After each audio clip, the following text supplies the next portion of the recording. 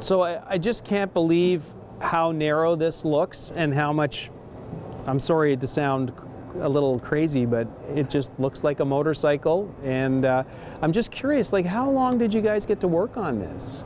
We've been working on this bike for about 4 years now. It has been a very exciting and delightful project to work on, to be honest with you. It's not the result of something that was rushed through or anything.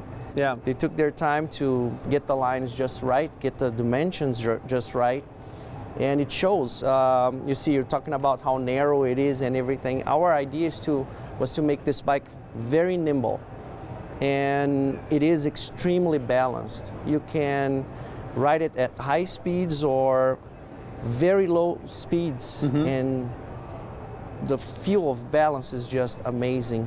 Well, I know I can't bust this loose and take it for a few laps around the C&E, but can we fire it up? Can I at least sort of get the feel of what it's all about? Like our newer bikes, this bike's a keyless setup.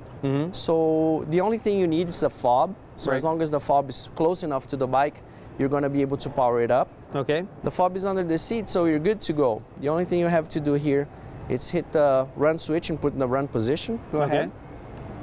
And then wait.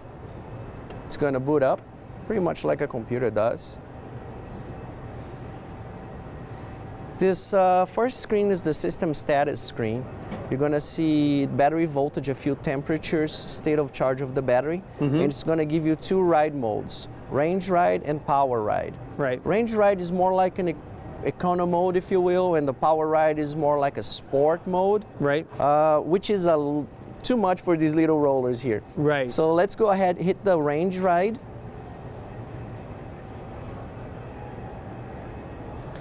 This is the screen you're going to see when you're actually riding the bike. This is a speedometer. You have here, navigation.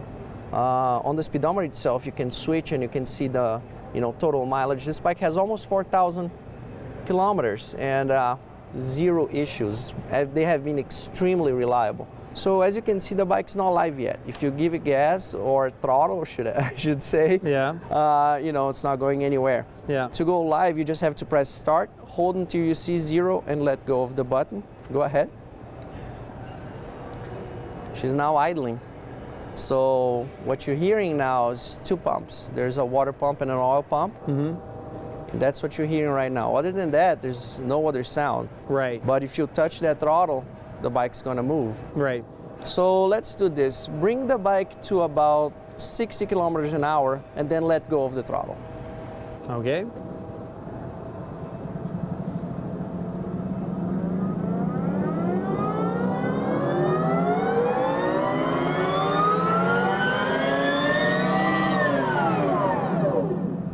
See how quickly it slows down? Wow. Yeah, I didn't expect that. Yeah, well, our first proof of concept, because this is proof of concept number 2, right? Our first one didn't even have a rear brake. The idea was to let the regen do the rear brake for you, right? So the front brake was the only thing that you had on that bike. We decided to put both brakes so it's more familiar for people that, are trying the bike. But the most interesting thing about an electric motor is the torque.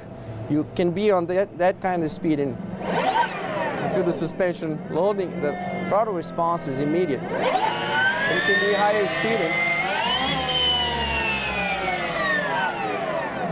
No Throttle kidding. response is instant. Wow. Very cool. Congratulations. Very nice talking to you, Can't wait Dave. to see this out on the open road.